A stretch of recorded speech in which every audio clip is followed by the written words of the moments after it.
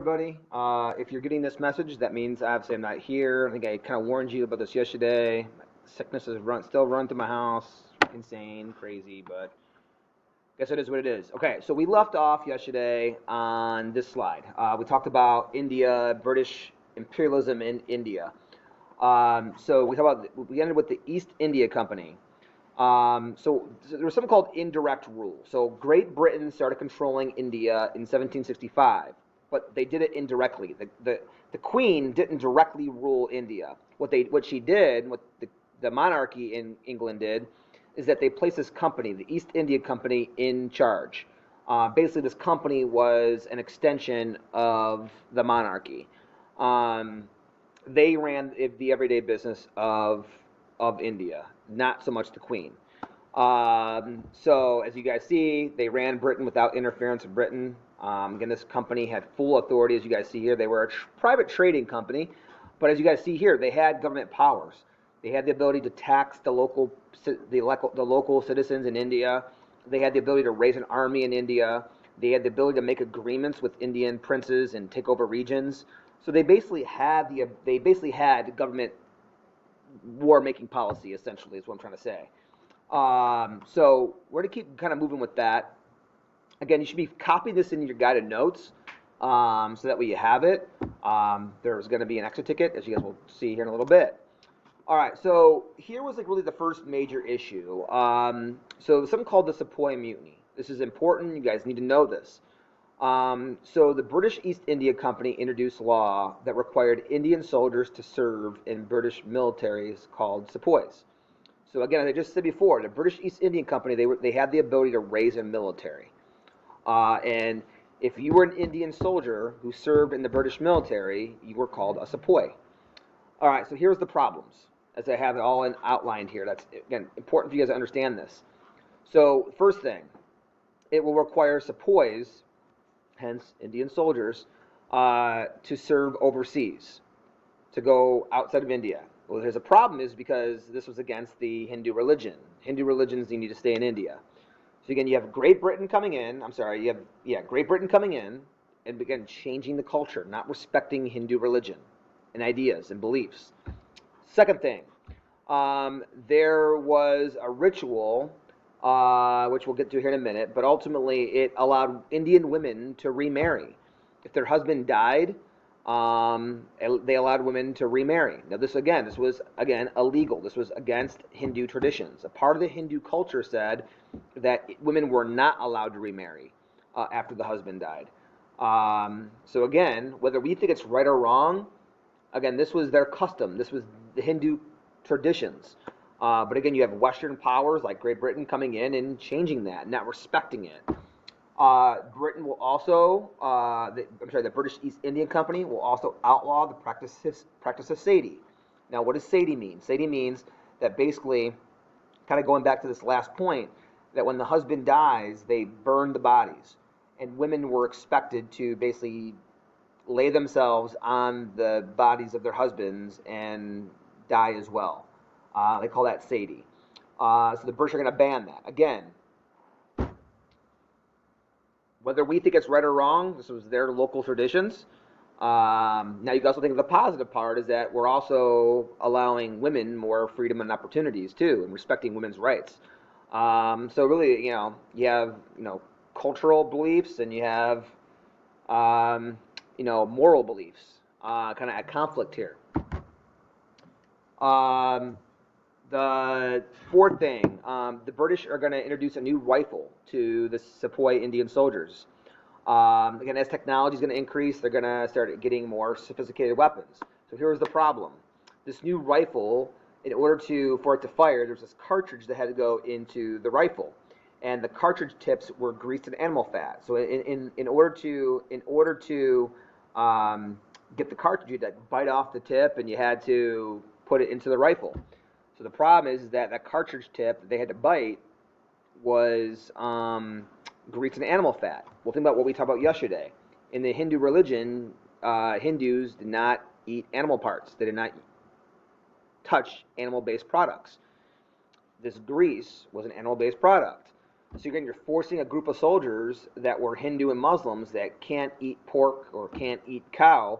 You're forcing them to basically bite off the tip of the cartridge, consuming um, consuming an animal product that they can't eat. You're forcing them to do it. So ultimately, guys, it caused this big uproar where the British East Indian Company, they refused to alter their policy. They made the Sepoys do this. And this led to this big rebellion, the Sepoy Rebellion, this big revolt in 1857. After about a year or so, the British are going to crush the rebellion. But the damage was kind of already done. And you kind of see this right here where you have the Sepoys, I'm sorry, excuse me, you have the British military soldiers who are lining up Sepoys and killing them. Now, here's what you got to understand, guys, is that once this was done, this back and forth between the Sepoys and the British East Indian Company, you could never go back. You had both sides killing each other over this year. And all of a sudden, you're expecting the Sepoys to go back and work for the British East Indian Company? Yeah, right. At that point, it was basically all over with. So here's kind of a picture you kind of see how this works in terms of how the soldier tears open the end of the cartridge with his teeth. You pour the powder down the muzzle. So this kind of shows you how it works. So what was the impact? And you guys see this here. Again, there were atrocities done on both sides. The Sepoys did awful things to the British, and the British did awful things to the Sepoys. So again, impact of this is that there's going to be atrocities committed by both sides, awful things. And then ultimately, after this in 1858, you can't just go back to normal like things didn't happen. It led to feelings of mistrust. How could they ever trust each other again? Two is that it's going to end the rule of the British East Indian Company. So at this point, the monarch back in Britain says, okay, this is an awful situation. We are going to have to strip the power away from the British East Indian Company, and that's going to force the Queen and the monarchy in Great Britain to directly control Great Britain.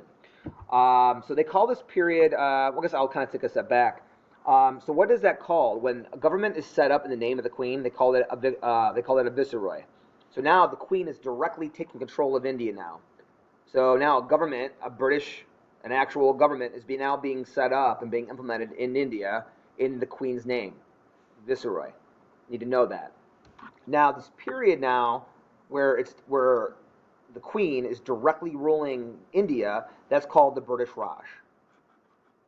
So you go from the British East Indian Company, indirect rule, now you're going into the Queen now ruling, hence called the British Raj. Hopefully that makes sense.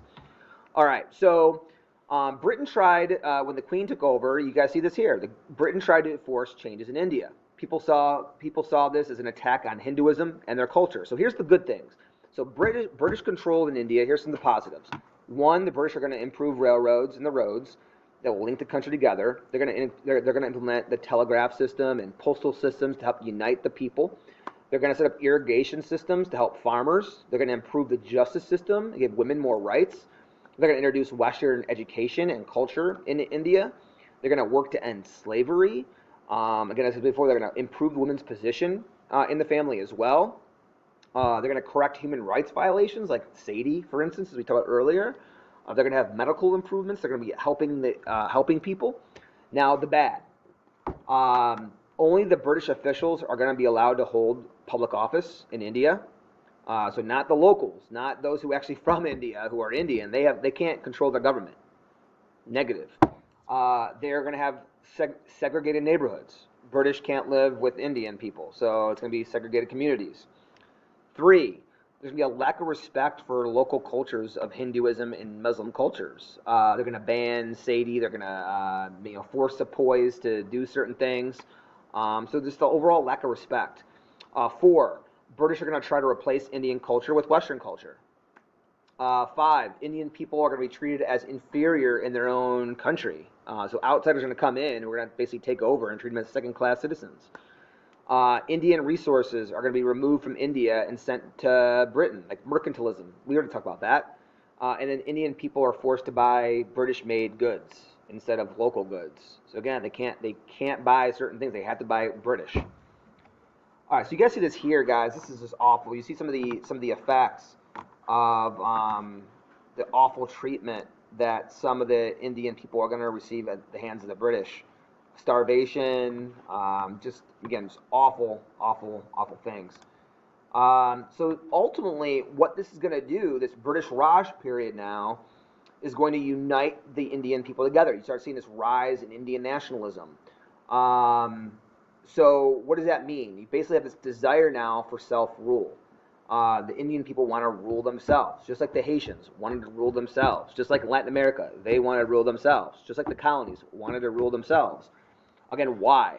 They felt like they were being treated as second-class citizens. They were being paid less than British workers. They were barred from top jobs in the government. Their resources and their wealth from their country was being taken away and given to the bigger country, and they wanted more of a say in their government, like anybody else. So this ultimately, guys, is going to lead to a guy by the name of Mohandas Gandhi.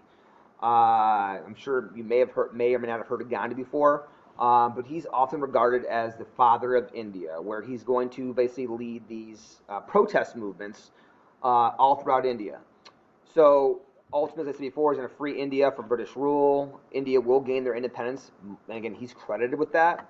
And he starts off his career as a lawyer, and one of the things that really inspires him is that he witnessed firsthand, the unfairness of British rule, and kind of growing up, that always kind of stayed with him, and he always wanted to kind of do better and help his people out. And ultimately, through the types of protests that he's going to implement in India, he's going to inspire future leaders like MLK. MLK is going to use a lot of what Gandhi did and his beliefs in the civil rights movement. That's where he kind of gets a lot of it from. So what does he do? So Gandhi believed in something called nonviolent protests. He believed no matter what, you never, ever, ever, ever use violence to fight back. Now, that might not seem like a whole lot of sense, but ultimately, through nonviolence, he believes that is the catalyst for change. That you're making somebody else look bad. Obviously, in an era where you have cameras and those kind of things, photographs, usually the people who are hitting the person is going to get caught. If you hit somebody, you knock them down, and you keep beating them up, well, guess what? That's going to make them look like the aggressor and feel pity and sorrow for you. And it'll make the British look bad. So it's ultimately, guys, what he was trying to do and what he was trying to get at. So over the course of these protests, he's going to lead something called the Salt March, where basically he teaches people to make their own salt. Boycott. Don't buy British salt. Don't buy British goods. Make your own things. And ultimately, that's so effective. Why? Because you're hurting the British pocketbooks.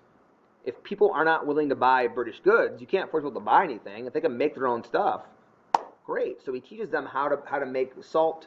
Led to a salt march, a salt boycott of British goods. It hurt the economy of Britain. The consumers aren't buying their stuff. And he helped you kind of unite for a little while the Indian people. All right. So with that being said, what you're going to do, let's see here. Where's it at? Imperialism. I'm going to post right here.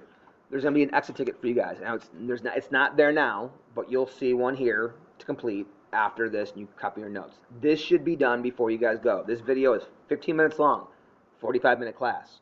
You should have no problem completing this lecture as well as the exit ticket. Any other time that you have left over after that, which you should, you can begin working on your homework that is due on Monday, which is slide number 20, I'm sorry.